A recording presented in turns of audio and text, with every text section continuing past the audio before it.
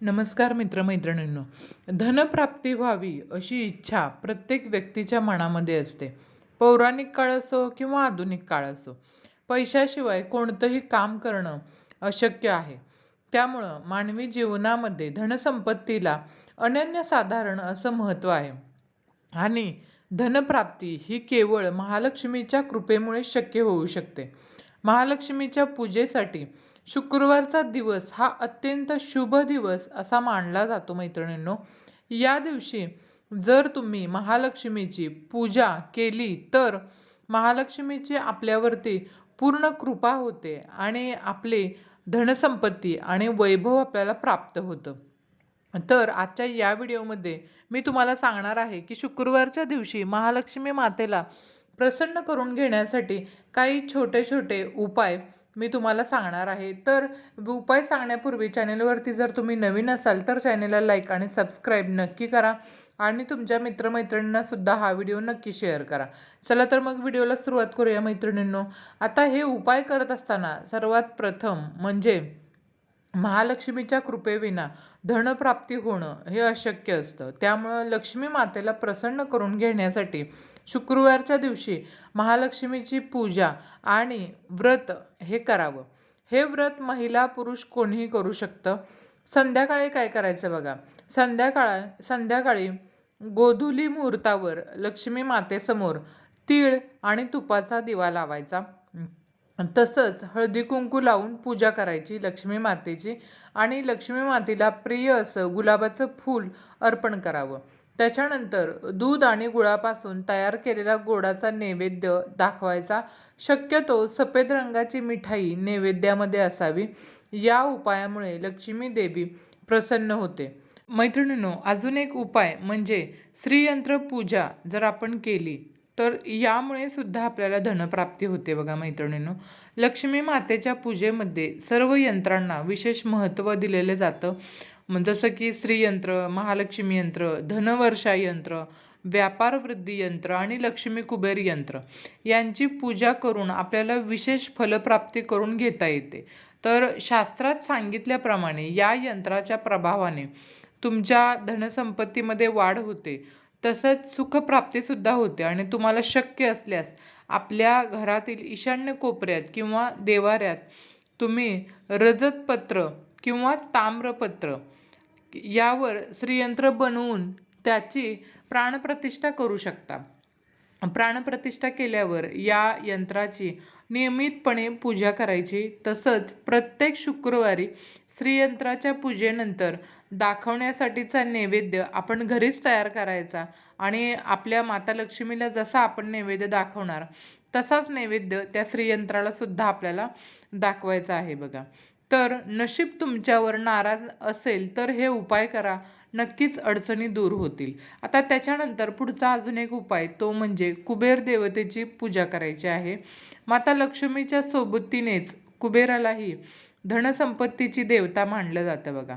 पौराणिक मान्यतेनुसार पृथ्वी तलावरील सर्व धनसंपत्तीची राखण करण्याचे कार्य कुबेरदेव करत होते. म्हणून कुबेरदेवाला प्रसन्न करून घेण्यासाठी तुमच्या जीवनात धनप्राप्तीचे अनेक योग तयार होऊ शकतात. त्यामुळं आपल्या घरातील देवाऱ्यामध्ये कुबेराची मूर्ती किंवा प्रतिमा स्थापित करावी. तसंच त्यांची पूजा केल्यामुळं आपल्या जीवनामध्ये ज्या काही छोट्या मोठ्या आर्थिक समस्या असतील त्या दूर होतात आणि आपल्याला आर्थिक लाभसुद्धा व्हायला सुरुवात होते. अशा प्रकारे कुबेर देवतांची स्थापना आणि पूजा करणं हा देखील धनसंपत्ती मिळवण्यासाठीचा एक अतिशय उत्तम उपाय ठरू शकतो. मैत्रिणींनो, त्याच्यानंतर एक गोष्ट ती म्हणजे श्रीसूक्ताचं पठण करणं अत्यंत उपयुक्त असतं. धनप्राप्तीच्या उपायामध्ये तुम्ही श्रीसूक्ताचं पठण हा अत्यंत प्रभावशाली असा उपाय मानला जातो.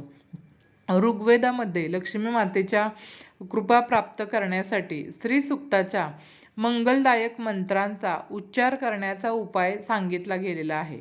शुक्रवारी महालक्ष्मीची पूजा करतेवेळी आपण काय करायचं आहे तर श्रीसूक्ताचं पठण करायचं आहे. ते केल्यामुळं अतिशय शुभ मानलं जातं आणि असं केल्यामुळं महालक्ष्मीची कृपा होते आणि आपल्याला इच्छित फलप्राप्तीसुद्धा होऊ शकते. मैत्रिणींनो, जर तुम्हाला शक्य असेल तर तुम्ही एक वेळा किंवा 16 वेळा श्रीसुक्ताचं पठण प्रत्येक शुक्रवारी तुम्हाला करायचं आहे. हे करत असताना तुम्ही महालक्ष्मी मातेचा जर फोटो किंवा मूर्ती असेल तुमच्याकडे, तर त्याच्यावरती कुंकुमार्चनसुद्धा करायला हवं. आणि त्याच्यानंतर मैत्रिणींनो, सगळ्यात महत्त्वाची गोष्ट म्हणजे दानधर्म करणं लाभदायक असतं बघा. आपल्या कमाईपैकी काही भाग दानधर्म करण्यासाठी खर्च करणाऱ्या व्यक्तींवर महालक्ष्मी विशेष प्रसन्न होते. त्यामुळं आपण कमवलेल्या पैशापैकी काही भाग दानधर्मासाठी वापरायचा. म्हणजे काय करायचं, आपल्या शेजारी पाजारी कुठेही आपल्याला रस्त्यामध्ये भेटतील गोरगरीब, त्यांना कोणत्याही प्रकारचं आपल्याला दान करायचं आहे. असं नाही की पैशाचंच दान करायचं आहे. तुम्ही काहीही दान करू शकता. कपडे दान करू शकता, त्यांना काहीतरी खायला देऊ शकता. तसंच वेगवेगळ्या प्रकारच्या वस्तूसुद्धा तुम्ही त्यांना दान करू शकता. यामुळं काय होतं बघा, यामुळं माता लक्ष्मी आपल्यावरती विशेष प्रसन्न होते आणि आपल्या घरामध्ये नेहमी वास्तव्य करते. तसंच काही पैसे परोपकारासाठी किंवा धार्मिक कार्यासाठी सुद्धा तुम्ही खर्च करायचे आहेत.